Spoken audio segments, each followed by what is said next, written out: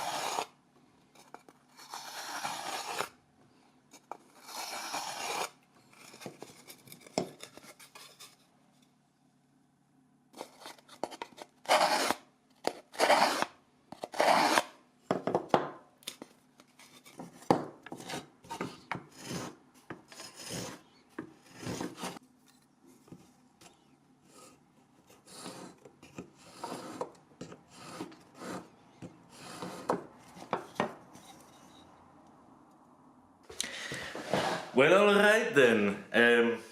It's finished. It's done. I like it. I'm happy. I had a few problems with it a little bit. I made a few mistakes that I probably would avoid next time.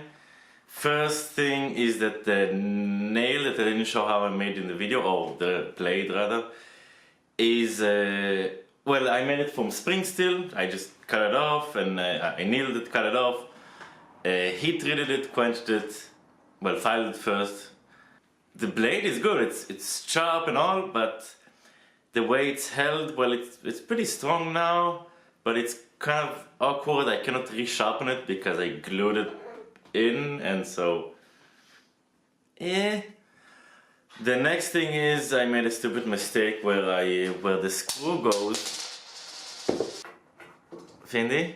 Anyway, so I made a nut, kind of this flach here, where the square nut that sits on top of the marking gauge, and the stupid thing was when I screwed it in, when it kind of pushed against the ruler, it pushed the nail, pushed the nut back out, so that didn't work. So what I've done is I just took an insert screw, like a wooden insert screw, and I made it square and I pushed it in. It's quite tight in there and it really holds up and it works, and I'm happy with this, so this is alright.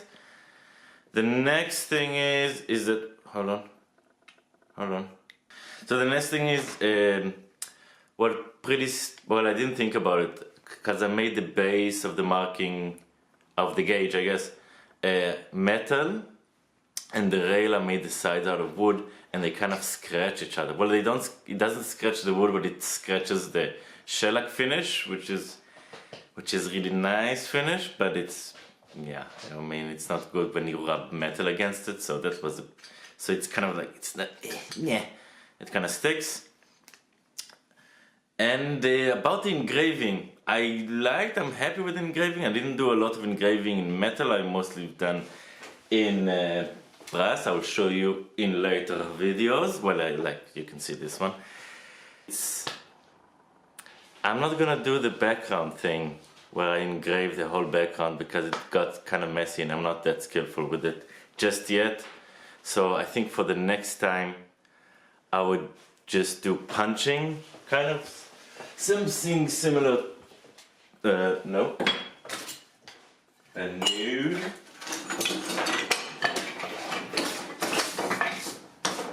There we go. Like that, if you can see it. Hopefully, is it shown? Ooh, there we go. So something like that I probably would do next time. Take a little bit less time and look a bit neater. And it was a shame because I was really happy with my circular lines and all that. Anyway, it looks nice from here in the camera, but up close it's very messy. Maybe you can see it. Maybe you can see it's a bit messy. Well, you've probably seen it in the screenshots. Quality got a little bit better in terms of shooting, slightly. Some of them, at least. Well, I got new fresh lights. I also changed my setup for the vise thing, so it turns so I can shoot the engraving in the middle, and so when I turn it, it will stay in frame like so, somewhat. I can just put the camera fixed and it rotates like this very nicely. Alright, so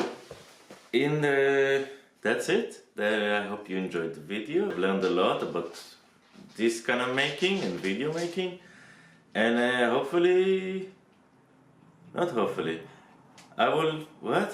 well, in the next video I'm gonna make kind of a machine, automated machine with ink stuff and feathers, and it's gonna be pretty cool. Indeed. And I hope you stick around. I don't like sticking around. And I hope you see you there.